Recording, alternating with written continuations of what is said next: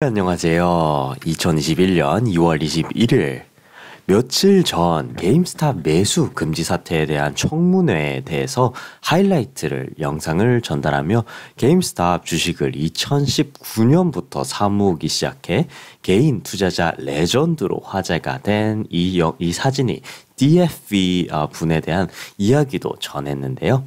청문회 시작 때 읽는 오프닝 스테이트먼트에서 본인의 이야기를 잘 풀어냈다 느꼈어서 이분이 누군지 궁금하신 분들이 들어보시면 좋겠다라고 생각되며 주말에 이 영상을 전하고자 했습니다.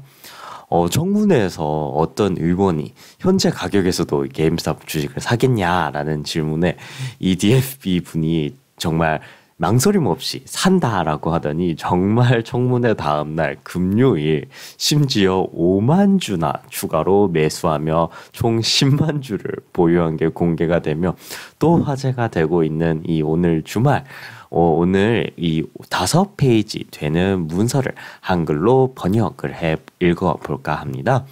번역으로 원문과는 조금은 다를 수 있지만 DF분의 이 스토리가 잘 전달됐으면 합니다. 그렇다면 시작해 보겠습니다. 워터스 시장님, 맥헨리 위원장님 그리고 위원회에게 감사드립니다. 시작 전 제가 아닌 것에 대해 분명히 하고 싶습니다. 저는 헤지펀드가 아닙니다.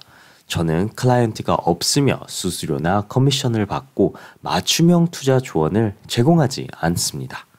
저는 개인 투자자입니다.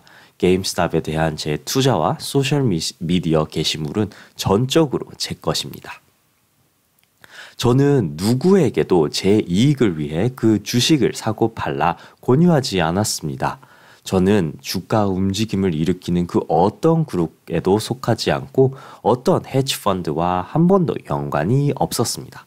제가 아는 게임스탑에 대한 정보는 모두 공시된 정보가 전부이며 회사 관계자들을 모르고 내부자와도 이야기를 한 적이 없습니다.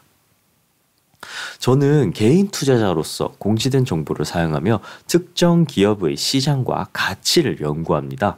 저는 복잡한 요소들을 고려해 수백 개의 주식을 분석하며 시장의 비효율성을 찾아봅니다. 많은 사람들과 마찬가지로 저는 때때로 개별 주식의 가치가 올바른지 제 생각과 분석을 소셜미디어에 게시합니다. 저는 게임스탑을 그렇게 접근하였습니다. 저는 이 회사가 시장이 극단적으로 저평가를 하고 있다고 믿었고 시장에서 만연하게 나온 분석인 게임스탑의 몰락, 임박은 잘못됐다라고 생각했습니다. 제 배경은 이렇습니다. 저는 매사추세츠주 브룩튼에서 자랐고요. 아버지는 트럭 운전사셨고 어머님은 간호사셨습니다. 3남매로 자란 저는 2009년 스톤힐 대학을 졸업했을 때 가족 중 처음으로 4년제 대학 학위를 받았으나 금융위기인 상태였고 장기적으로는 이 직업을 구하지 못하였습니다.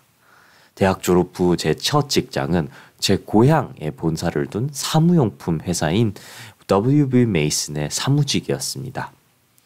2010년과 2014년 사이 저는 뉴햄셔에 아는 지인 스타트업에서 일을 하며 투자자들이 주식을 분석하고 관련 연구를 제공하는 데 도움이 될 소프트웨어 프로그램을 만들었습니다. 우리는 그때 동시에 투자회사도 만들어 보려 했지만 얼마 안 돼 더 진행시키지 못하였습니다. 제 연봉은 4만 달러를 넘지 않았지만 그 시기에 저는 투자에 대해 알게 되었습니다. 저는 회사의 재물을 파헤치며 시장을 지배하는 정서가 아닌 장기적인 가치를 파악하기 위해 이해해야 할 지루할 작업에 대해서 접하였습니다. 2016년 저는 제 아내인 캐롤라인과 결혼했고 렉시어스로 이직하였습니다. 2017년 3월 그 직장을 그만두고 그 후 2년 동안 사실상 직업이 없었습니다. 그 기간 동안 저는 얼마 안 되는 모은 돈을 유지하고 늘리기 위해 다양한 주식을 적극적으로 분석하기 시작하였고 돈을 벌었어야 했었고 그것은 또 저의 개인적으로도 뜨거운 관심사였습니다. 2019년 4월 저는 매스뮤추얼에서 마케팅 및 금융, 교육 업무직을 시작하였습니다. 캐롤라인과 저는 둘 다 행복했습니다. 저는 연봉이 10만 달러를 넘은 적이 없었고 복리후생까지 받게 되어 정말 기뻤습니다. 제 직책은 금융교육이사였습니다. 제 직업은 잠재 고객들에게 제공되는 금융교육 수업을 개발하는 것이었고 저는 증권을 판 적도 없고 금융 관련 자문을 제공한 적도 한 번도 없습니다. 저는 저의 개인 시간에 주식을 계속 분석하고 가족이 모은 돈을 투자하였습니다. 2019년 6월 초 게임스탑의 주가는 예상보다 더 나쁜 실적으로 하락했고 제가 생각하는 적정 가치보다 훨씬 더 낮은 가격이었습니다. 저는 공시된 정보로 유명 투자자인 마이클 버리가 게임스탑에 관심이 있다는 것도 알고 있었습니다. 주식이 저평가되었다고 생각했기 때문에 2019년 6월 7일을 처음 시작으로 콜 옵션을 매수하였습니다. 그리고 2019년과 2020년 내내 회사를 계속 분석하며 점차 회사가 저평가되었다라는 확신이 들었고 차츰 투자액을 늘려갔습니다. 전적으로 공시된 정보를 기반으로 저와 많은 사람들이 게임스탑의 2019년과 2020년에 저평가되었다는 확신에는 두 가지 요소가 있었습니다. 첫째, 시장은 게임스탑의 비즈니스의 전망을 과소평가하고 파산 가능성을 과대평가하고 있었습니다. 게임스탑은 미국 내 게임 산업의 유일한 메이저 리테일이고 6천만 명 이상의 로열티 프로그램 회원을 보유하고 있으며 게임 산업 내에서는 상당한 시장 점유율을 계속 유지하고 있습니다. 주로 매장 내에서 비디오 게임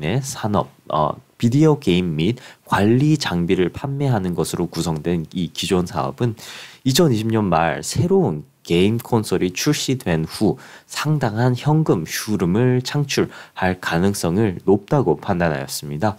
저는 게임스톱에서 비디오 게임을 하고 쇼핑을 하며 자랐고 게임스톱에서 새 콘솔을 구입을 할 예정입니다. 저는 회사가 고객 서비스를 개선하고 온라인 입지를 늘려가며 PC 게임 및 액세서리 같은 보안 제품까지도 제공할 수 있는 가능성이 있다고 판단했습니다. 둘째, 저는 게임스톱이 2천억 달러 규모의 게임 산업을 대표할 기업으로 탈바꿈할 수 있다 믿었으며 계속 믿고 있습니다. 콘솔 기기들이 새롭게 출시되는 주기는 게임스톱이 기존 오프라인 모델에서 온라인으로 전환하며 게임 제품, 경험 및 서비스도 상승시킬 수 있다게 하는 특수적인 기회라고 봅니다. 이 디지털 콘텐츠 및 커뮤니티 경험, 온라인 트레이드인, 스트리밍 서비스와 함께하는 이 디지털 경제의 게임스톱은 e스포츠를 포함한 새로운 수익원을 추구할 수 있습니다. 오늘 청문회에서 게임스톱에 대한 믿음을 가진 유일한 패널리스트는 저이지만 이러한 가능성을 본 투자자들은 저 외에도 많았습니다. 추이 공동 창업자인 라이언 코안을 포함한 투자자들이 비슷한 공식 입장을 비췄고 추이 공동 창업자인 라이언 코엔이 게임스톱 주식 매수와 회사 이사진에 대한 입장 표명은 2020년 말 주가의 희소식이었습니다. 제가 확실하게 말하고자 하는 것은 제 투자에는 리스크가 있지만 제 분석에는 자신이 있었으며 그리고 만약 틀렸다면 그 손실을 받아들였을 겁니다. 제 투자 타이밍에는 완벽과는 거리가 멀어 게임스톱의 주가는 제가 예상했던 것보다 더 오랫동안 떨어져 있는 상태였고 제가 구입한 많은 옵션들이 완료되어 쓸모없어지게 되었습니다. 저는 왜 제 투자 아이디어를 소셜미디어에 공유하기로 결심했냐는 질문 등을 받았습니다. 저는 제 투자 실력이 다른 사람들에게 공유하며 도움이 될 수 있을 정도의 수준에 도달했다라고 생각했고 공유했을 때 다른 분들의 관점을 받아들이며 제 분석이 허점을 파악할 수 있을 거라고 생각했습니다. 헤지펀드와 다른 월스트리트 회사들은 자료를 수집하고 투자 아이디어를 가려내기 위해 일하는 분석가 팀을 보유하고 있지만 개인 투자자는 그러한 점이 없습니다. 유튜브, 트위터 및 레딧의 월스트리트 배츠 같은 소셜미디어 플랫폼은 이런 경쟁의 장을 공평하게 만들고 있습니다. 그리고 코로나로 1년 동안 버틴 현재 소셜미디어에서 다른 투자자들과의 교류는 안전한 사교 방법이었습니다. 그리고 우리는 이것을 즐기고 있습니다. 제가 무지한 투자자들에게 게임스탑 주식을 홍보하기 위해 제 소셜미디어를 사용했다는 주장은 말도 안 됩니다. 저는 제 채널이 교육 목적이라고 분명히 공개하고 저의 공격적인 투자 스타일은 많은 투자자들에게, 많은 시청자들에게 적합하지 않을 것도 분명히 밝혔습니다. 저는 게임스탑의 펀더멘털에 초점을 맞추었고 다른 개인 투자자들이 이 주식을 매수했는지에 대한 이 상황은 제 판단에 아무런 영향을 주지 않습니다. 그리고 덧붙이자면 제 방송 스트리밍을 시작한 지 5개월 된 저의 2020년 마지막 스트리밍 방송 때는 동시 시청자가 96명에 불과했고 평균 시청 시간은 25분이었습니다. 2020년 크리스마스 아침 때 제 유튜브 구독자는 529명, 트위터 팔로워는 550명에 불과하였고 이 숫자는 정말 작고 제 저녁 스트리밍 때 수십 명 이상 되는 시청자가 있었던 적은 거의 없습니다. 사람들은 저의 게임스탑 및 기타 주식에 대한 지루하고 반복적인 이 분석에는 관심이 별로 없었습니다. 그리고 관심 있는 시청자들에게는 이 스트리밍 플랫폼이 우리의 펀더멘털 분석을 더 다듬을 수 있는 통로가 되었습니다. 우리는 다양한 뉴스들을 실시간으로 분석하고 팩트를 기반으로 분석을 지속할 수 있었습니다. 궁극적으로 제 게임스탑 투자는 성공했습니다. 그러나 저는 최근 투자 주가의 정점이 아닌 주가가 20불쯤 하던 12월에 그렇게 행복을 느꼈습니다. 저는 브락턴에 있는 가족을 연말에 방문하며 우리가 백만장자가 되었었다는 기쁜 뉴스를 전할 수 있게 되어 행복했습니다. 이 뉴스는 제 가족에게도 의미가 큽니다.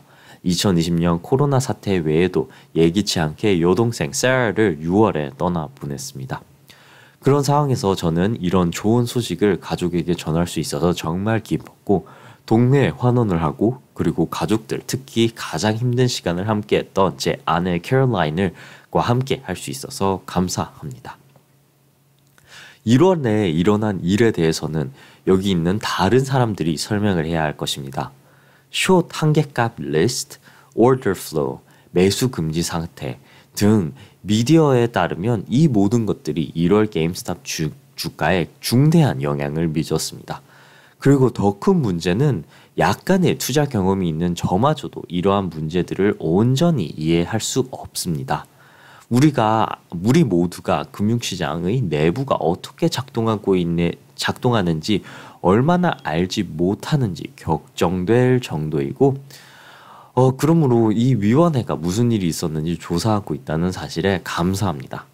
저는 게임스탑의 최근 가격 변동에 대한 분석은 주가 과도한 공매도에 대한 논의와 주가를 인위적으로 조정할 수 있는 공매도에 대한 조사, 그리고 증권사들이 청산하지 못한 거래들에 대한 조사로 시작돼야 된다고 생각합니다. 그리고 마지막으로 제 생각은 이렇습니다. 게임스탑의 주가는 지난달 약간 앞섰을지 모르겠지만 저는 게임스탑의 탈바꿈에 대한 가능성에 대해 그 어느 때보다도 낙관적입니다. In short, I like the stock. 그리고 놀라운 점은 제가 판단하기에는 아직도 시장은 게임 산업 내에서의 게임스탑의 유일무이한 기회를 제대로 인식하지 못하고 있다는 점입니다. 네, 2021년 2월 21일 오늘은 이 청문회에서 읽었던 DFB 분의 오프닝 스테이트먼트의 번역을 총 이 5페이지 되는 분량의 번역을 해석해 읽어보는 시간을 가졌습니다. 네, 오늘의 소식은 여기까지입니다. 감사합니다. 좋은 하루 보내세요.